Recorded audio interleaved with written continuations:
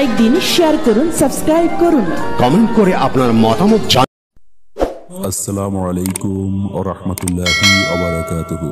বিসমিল্লাহির রহমানির রহিম।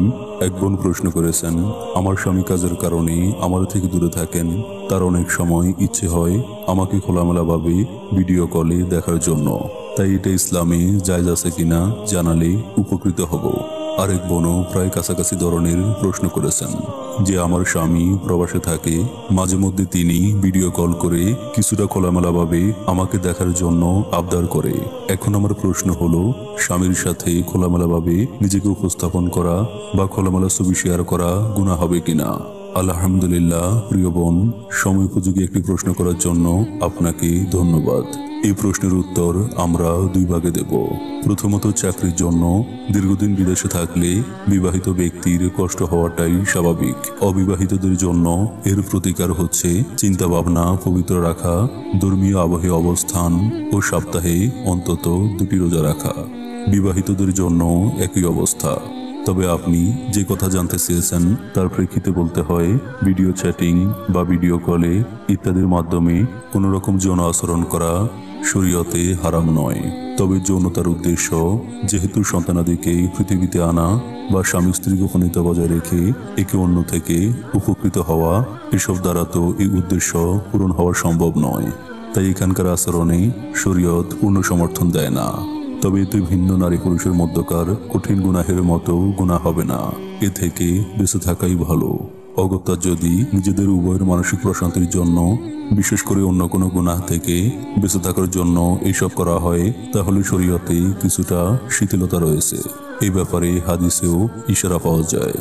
তবে স্বামী স্ত্রী ছাড়া পরনারী পুরুষের বেলায় এসব সম্পূর্ণ হারাম। কারণ শুধু কল্পনা করে যৌন আচরণ করলেও গুনাহ হয়। বেগানা নারীকে ইচ্ছাকৃতভাবে দেখলে চোখের জিনা হয়, স্পর্শ করলে হাতের জিনা হয়, ভাবলে মনের জেনা হয়, সেদিকে অগ্রসর হলে পায়ের জেনা হয়, এসব কথা বললে বা শুনলে মুখের ও কানের জেনা হয়। জেনা মানে জেনার মতো গুনাহ হয়। মুসলিম হাদিস নাম্বার 2657। তাহলে আপনাদের প্রশ্নের জবাব এই নীতিমালা থেকেই ঠিক করে নিন। ঠিক জিনার মতো শাস্তি না হলেও জিনার সমান গুনাহ হওয়ার সম্ভাবনাই বেশি থাকে।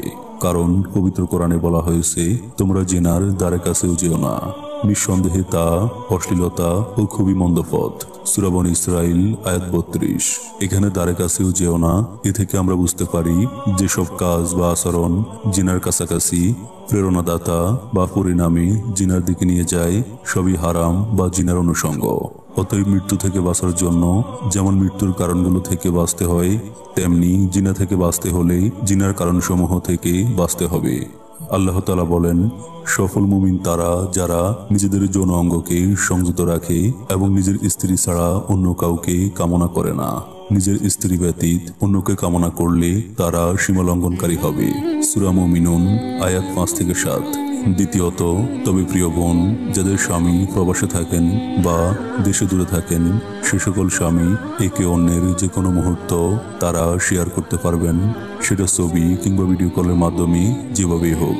যেহেতু স্বামী স্ত্রী পরস্পরের জন্য কোনো পর্দা নেই, অতএব তারা একে অন্যের যে কোনো মুহূর্তের যে কোনো দৃশ্য শেয়ার করতে পারে বা দেখতে পারেন। এটি জায়েজ আছে। বিশেষ করে স্বামী যখন দূরে থাকে বা স্ত্রী যখন দূরে থাকে, তখন একে অন্যকে এ বিষয়ে সহযোগিতা করা জরুরি, তাদের চরিত্রকে হেফাজত রাখার জন্য। যদিও খুব দীর্ঘ সময় একে অন্যের থেকে দূরে থাকা ইসলামিক শরীয়তের দৃষ্টিকোণ থেকে প্রশংসনীয় বিষয় নয়, যেহেতু এর মাধ্যমে আমরা অনেকেই দুচ্ছরিত কর্মকাণ্ডের সঙ্গে জড়িয়ে পড়তে পারি এবং আমাদের চরিত্রকে হেফাজত করতে পারি না। মোট কথা হলো, এটা মৌলিকভাবে নাজায়েজ নয়।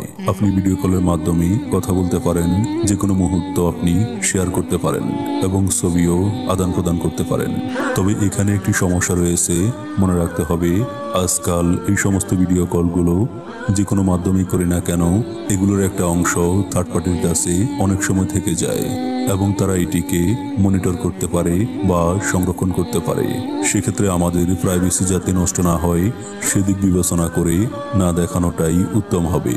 একজন মুসলিম নারী পুরুষ অনেক বেশি সম্ভ্রান্ত, অনেক বেশি আত্মসম্মানবোধ সম্পূর্ণ হবেন, এটি স্বাভাবিক। তাদের ব্যক্তিগত মুহূর্ত যেন অন্যের হাতে না যায়, বেহাত না হয়, এ বিষয়ে দায়িত্বশীল ভূমিকা পালন করতে হবে। এখন আবার অনেকের প্রশ্ন, স্বামী স্ত্রীর বিশেষ মুহূর্ত ভিডিও কলে রেকর্ড করা যাবে কিনা।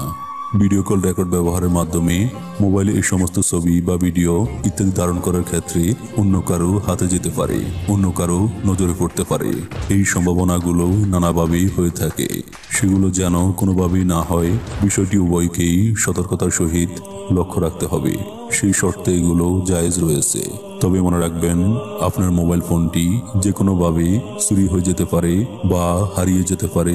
তখন আপনার এই ভিডিওগুলো অন্যের হাতে গিয়ে পড়লে কি অবস্থা হতে পারে তা একবার ভেবে দেখবেন। বিশেষ করে স্বামী স্ত্রী একান্ত মুহূর্ত বা ছবি বা ভিডিও ইত্যাদি গ্রহণে রয়েছে বহু মন্দ ও অনিষ্টতা, যার সরাসরি অনুমতি শরীয়ত দেয় না। সুতরাং এ থেকে দূরে থাকা আবশ্যক।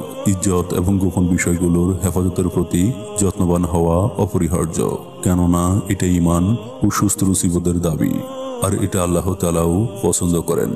তবে শেষ কথা হলো, যদি একান্তই ভিডিও কলে স্ত্রী বিশেষ অঙ্গ দেখতে চান তাহলে তা যেন অন্যের হাতে না যায় সেই শর্তে করতে পারেন, অথবা বাড়তি সতর্কতার জন্য চেহারা না দেখিয়ে দেখাতে পারেন।